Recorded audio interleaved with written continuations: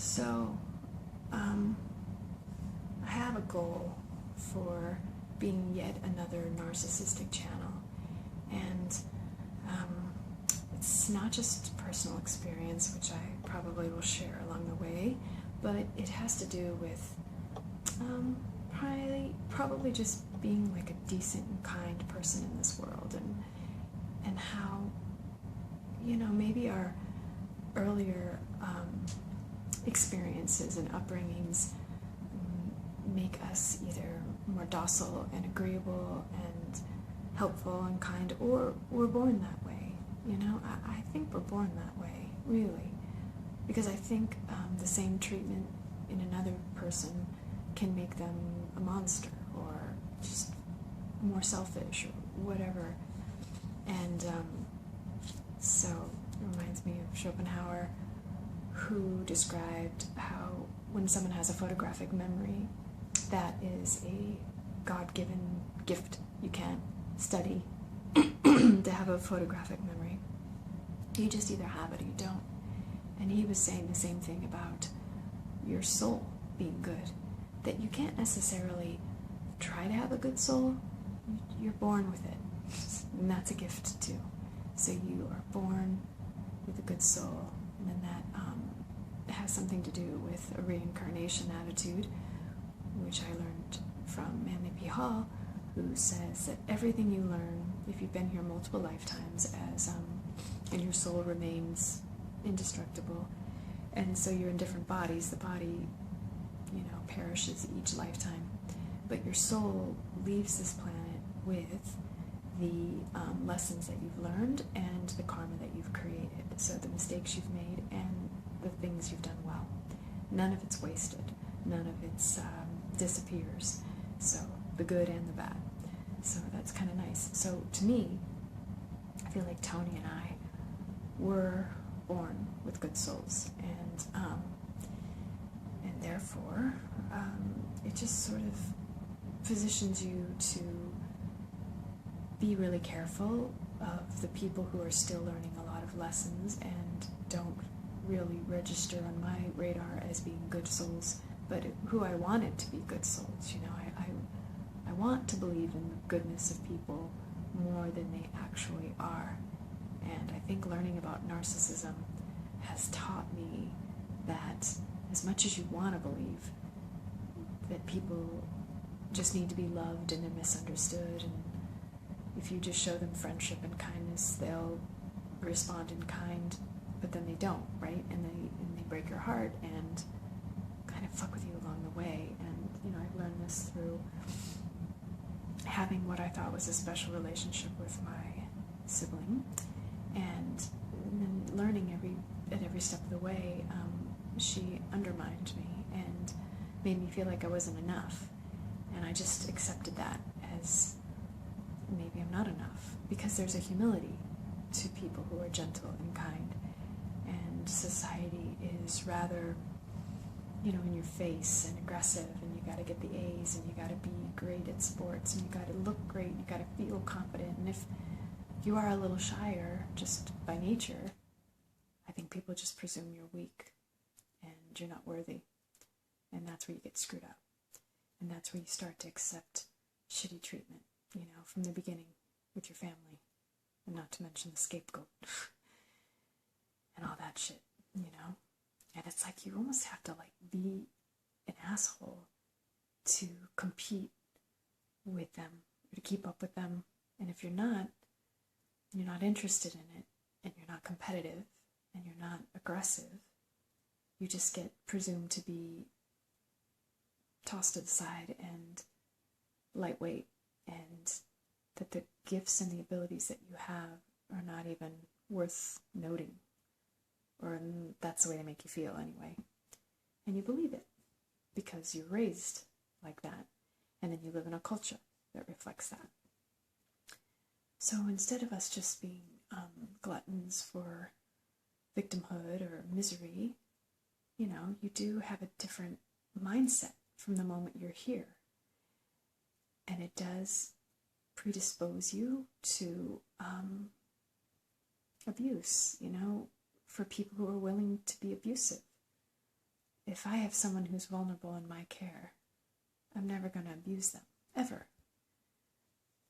But a different person, if they have someone who's vulnerable in their care, whether that's sexual abuse or emotional abuse or, some sort of hierarchical power structure thing, they'll take it, and I think that's just the nature of living in this world. And, I don't know if people like that can ever rehabilitate, because that was never even a struggle for me. It might have been at one time, previous lifetimes, who knows, but it's so foreign to me that I would just never harm somebody, especially someone who loved or trusted me or whatever. I mean, it's just crazy. So because it's so unfathomable to gentle souls, you do become more vulnerable to this sort of trickery or false hope that they can get better and improve, and you can love their problems away. And I've, had so many shitty friendships and kind of shitty boyfriends before Tony, and just really shitty family experience of just feeling invisible and insignificant and lightweight, and you have to get over that. So you have to spend your life getting over that and finding your voice and strengthening your soul and healing your spirit. And I've done that with Tony in my life, and really rad books and philosophy and spirituality and Eckhart Tolle and Krishnamurti and all kinds of great people, not to mention literature, Jane Austen and George Eliot and Stella Adler, talking about Ibsen and Chekhov and J.D. Salinger and Chaplin. There's just so many great people, that George Orwell, Vonnegut, just everyone that talks about the underdog and the elegance of a fine character being under-celebrated and discarded, and how wrong it is. It's upside down. So you have to figure this out. You have to kind of untangle it, which is what I know that all these narcissist talks are trying to teach you to do. Identify it, label it, know that it's not just you, because we always feel we're not enough. I mean, that's a pretty normal, humble attitude to have. And then you get over it, bit by bit. 51 takes a while, right? Some figure it out younger. But, yeah, you just always have to know it's not you. Krishnamurti was an interview with some prominent scientists back in the 70s, and it's on YouTube. And it's a great interview with 5 different scientific minds in Krishnamurti, and they were all saying how important it is to have identity so that you feel secure. And he says, no amount of identity is going to make you secure. And, but anyway, and there was a sort of a psychologist there, and Krishnamurti was just saying how awful this life is with the society and the culture, and that when people come in to see the psychologist and they feel out of step with fitting in or feeling content and this and that, and he says, well, do you advise these people that come to see you with the knowledge that, or with an understanding that it's this culture that they live in, and it's not them who can't quite figure it out. It's a culture that's impossible to feel happy in unless you have a different attitude about it. And the psychologist said, no, I say it's them. And Krishnamurti's like, why would you do that? Because I understood exactly what he meant. You're allowing that person to feel like there's something fucked up with them, which is part of the problem, the endless problem. Whereas I know that's why this narcissistic study community is so great for each other, because you're saying you're not alone. You were not individually, personally rejected and chosen to be rejected. These people were wrong. And we're, calling it out, and we're labeling it, and it's going to strengthen us in the end and help us just get on with a normal life. It's hard enough, right? So you certainly don't need it to be harder by feeling like you're not enough. We already aren't enough. Schopenhauer said that. I read him first like 10, 15 years ago, and he just said, you were born to be this certain way, and there's nothing you can really do to change that. It's not really in your choice. You can't just become whoever you want, as, culture tells us, you can do it, whatever you dream, but we have finite resources and finite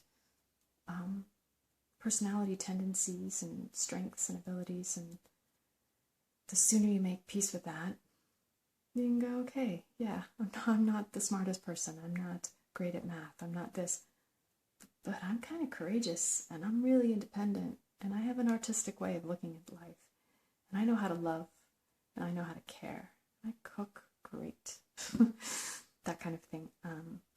And so it's just a matter of like coming to terms with who you are and who you're not, and accepting both really gracefully, which is another thing I learned about narcissists, is that they don't know how to handle the fact that they aren't enough.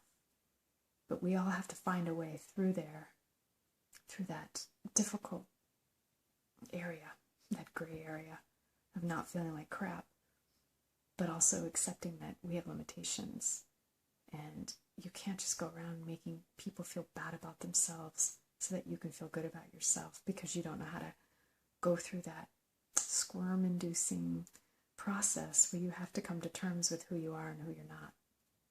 So, I guess this is my first video. Let's see. Thanks for listening.